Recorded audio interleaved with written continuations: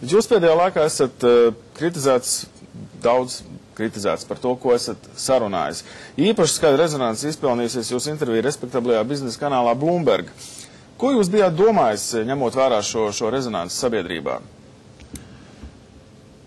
Jā, saka, ka šis ir gadījums, ka Latvijas sabiedrība ir ļoti nopietni maldināta. Patiesībā tā situācija ir tāda, ka reportāžas, mēlraksts, izēja materiāli, kas nevienu brīdi nav bijis oficiāli intervija, nav nekad bijis tiesība Latvijā pārraidīt kā oficiāli interviju, un vēl plus apgalvot, ka tas ir kaut kur pasaulē globāli izplatīts kā oficiāla intervija, un ka tas esot bezmazliet atbiedējis investors no Latvijas. Es saprotu, ka Saeimā daži tam noticēja, varbūt kāds arī vēlējās izmantot kā politisko antireklāmu, bet es zinu, kā bija patiesībā. Bija paredzēts no šīs sarunas izmantot nelielu sižetu, un es esmu redzējis to Bloomberga sižetu, kā bija īstenībā. Tas bija izveidots ar lielu cieņu pret Latviju, ieskaitot manu citāti. Bet arī tad, kad jūs intervējat Latvijas žurnālistu, vai jūs vienmēr paredzat, ka tas, ko žurnālisti jums visu ieraksta, arī tiks pārraidīts? Vienmēr taču ir iespēja paņemt jebkuru gabaliņu no jūsu teiktā. Bet, kā jau es teicu, tā tiešām bija neformāla saruna, arī patiešām tas, ko rādīja, bija ar lielu cieņu gan pret mani, gan arī pret Latvijas valsti.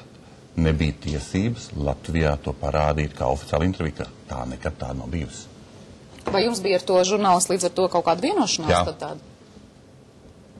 Bija arī plānots patiesībā runāt angļu valodā. Bija pieteikts, ka būs saruna latviešu valodā. Man šķiet, ka tā vispār pareizi runāt ar to, jo tomēr tas ir precīzāk, jo tad arī būtu sagatavot. Bet, tā bija neformāla saruna, par kuru bija vienošanās, kā tas notiek. Jā, bet jūs piekrītat, Latvijā tika parādīta kā oficiāla intervija, kas tā nekad tāda nav bijusi. Jā, bet jūs piekrītat, ka tas rezultāts, kas parādījās cilvēkiem, radīja noteikti iespēju par to, kā par jums kā ministru, kurš izsakās noteiktā krīzes brīdī. Tas nebija glaimojoši. Tas man nebija glaimojoši. Protams, mums Latvijā, es domāju. Latvijai tas sižets bija ar patiesu cieņu. Apskatieties to sižetu, tas ir vienkārši tā, kā vajag. Tomēr vakar šis apstākļus un arī jūsu darbība finanšu ministra amatā tika debatēts Saeimā, kad deputāti lēma par jūsu demisiju. Vai tiešām jūsuprāt nekas no tā, ko jums pēdējā laikā pārmet, nav pamatots? Ko nozīmē nekas nav pamatots? Es nedomāju, ka pieļauts kāds rupjas kļūdas. Diemžēl man ir, diemžēl, bet es esmu finanšu ministrē laikā, es noteikti neesmu dalījis papildus naudas, es esmu visu laiku paredzējis samazinājumus, un man ir jānes šie samazinājumu ideja un jāstāsta valdības kolēģiem, jāstāsta sabiedrībai, un zāles, kas ir rūktas, nevar būt patīkamas.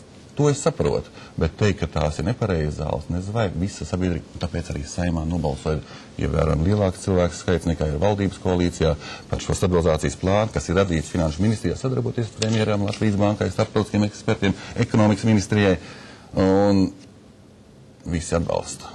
Saturiski viss ir pareizi. Jā, iespējams, formālais balsojums arī par jūsu demisiju bija tātad negatīvs, bet tomēr tās šaubas kaut kādas acīm redzot ir bijušas, un tas arī ir mūsu jautājums, lai jūs paskaidrotu arī savu ieguldījumu, jo līdz šim premjers Godmanis ļoti stingri jūs ir aizstāvējis, un jūsu ieguldījumu arī šajā krīzes brīdī un plānu izstrādē, bet tas iespējas rodas, ka šo lielo smagumu ekonomiskas stabilizācijas plānu skaidrošana, argumentēšana ir iznesis tieši premjers. Kur varbūt bija tā jūsu loma, izstrādājot šo visu plānu un arī argumentējot to? Protams, ka finanšu ministri ir galvenais, tas karonesējs visā šajās sarunās gan arī šīm starptautiskajām institūcijām, gan arī izstrādāt to plānu. Man izdevās tiešām piesaistīt ļoti spēcīgus prātus no zinātniekiem, nepieminēju visu, un kopā mēs visu to darām.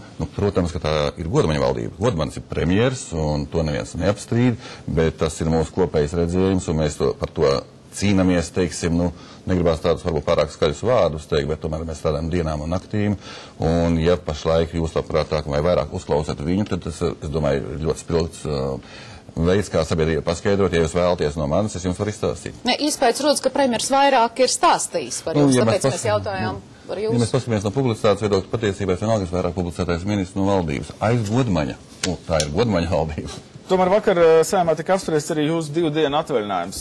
Kāpēc un kad jūs tajā dodaties? Kas arī daudz melu, bet tika sarunāts vakar no tribīnes, varbūt arī nezināšanas dēļ. Tāpēc es arī labprāt jums pastāstīju par to Bloombergu.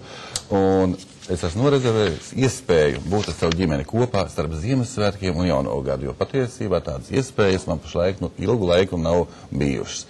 Un tas pat tiešām nav nekas daudz. Tās ir 2 dienas starp Ziemassvētkiem un Jauno gadu, ka es ceru, nekas liels nenotiks. Ja notiks, tad atcelsim atvaļinājumu.